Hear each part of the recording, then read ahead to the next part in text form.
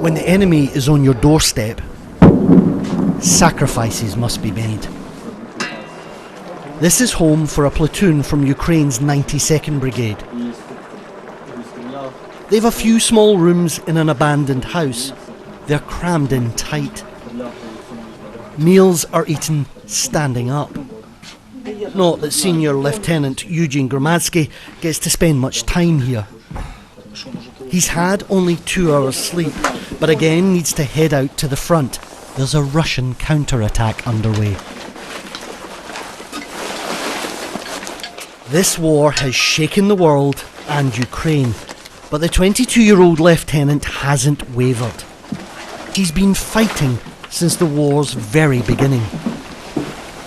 When his army veteran father was killed on the first day of the invasion, he didn't falter. This was 9 months ago when I first met Eugene, at the start of a conflict that would transform him and his country. He just recently graduated. He and Ukraine were ill-prepared. Today, Eugene and his country bear the scars of lessons learned. There have been a lot of casualties in this war. You've lost a lot of people. Do you fear death? The person who is not afraid is already dead. If you meet death with open arms, it will avoid you because death loves the brave. That's why I don't think about death. I only think about life, the lives of my comrades and the lives of those in my unit.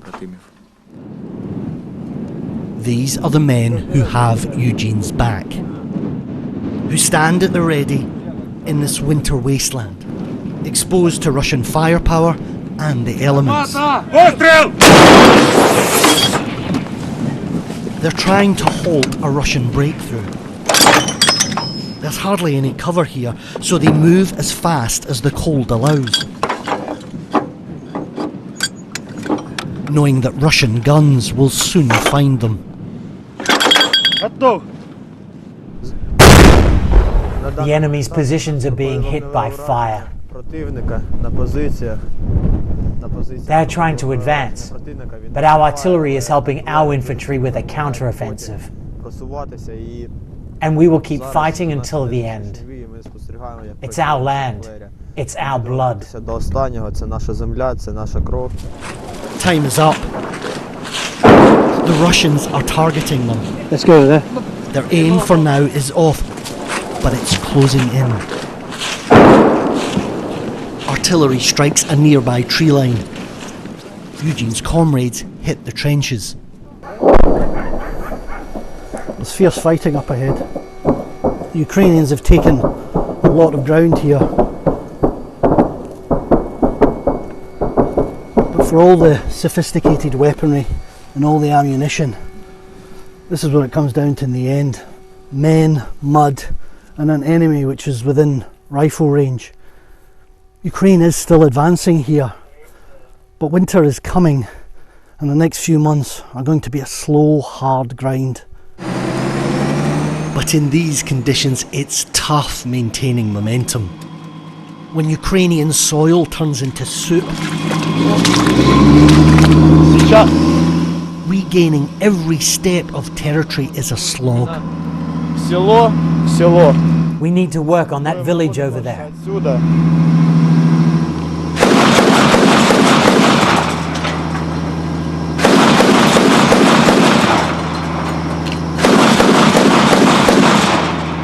It's one of only a couple of dozen villages still in Russian control in Kharkiv region.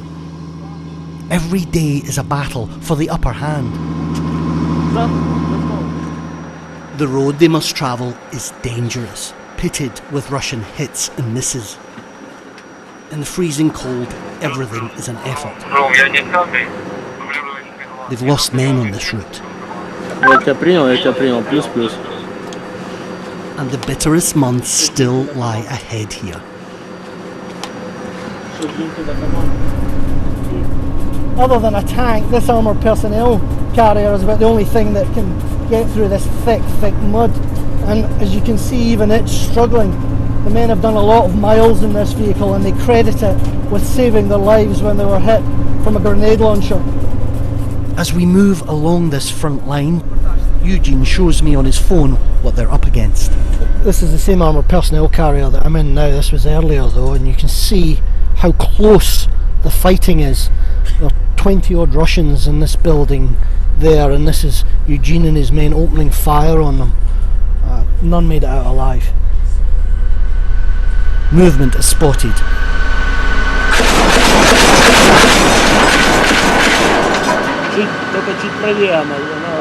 A little bit to the right, on the corner over there, right behind the hangar. These are the daily battles the men face. Today, some ground is won, but tomorrow it may be lost. And so it repeats as the casualties mount on both sides. To be honest, there were many comrades who died, who I knew personally. They were ideological people who kept moving forward, who never stopped. But it's a war, so there is no time to be sad. Some 13,000 soldiers have already died defending Ukraine. And away from the front, millions more will spend a freezing winter in darkness because of Russian missile attacks. And this Christmas, it will be candles for the fallen that light the homes of Ukrainians. Natalia had two heroes in her life. Her first, her husband. He was killed on the first day of the war as he defended the city. Can you describe your husband to us? What kind of a man was he?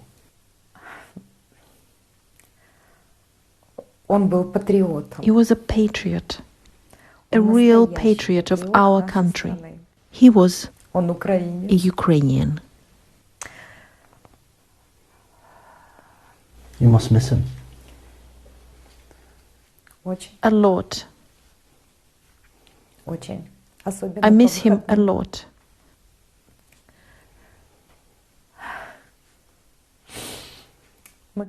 Especially on the weekends. Every weekend we used to go to the cinema. We'd go to the theater. Or we would just go for a walk to see nature and historical places and visit other cities. We used to travel so much together. Of course I miss him. It's okay. And Natalia's trials are far from over. Her other hero is her only child. She's Eugene's mother.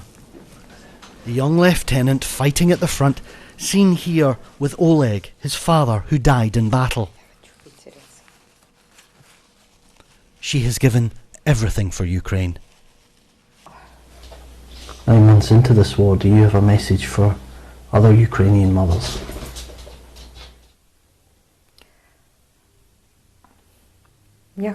I want to wish them to always believe that everything will be okay with our children and to always wait for them.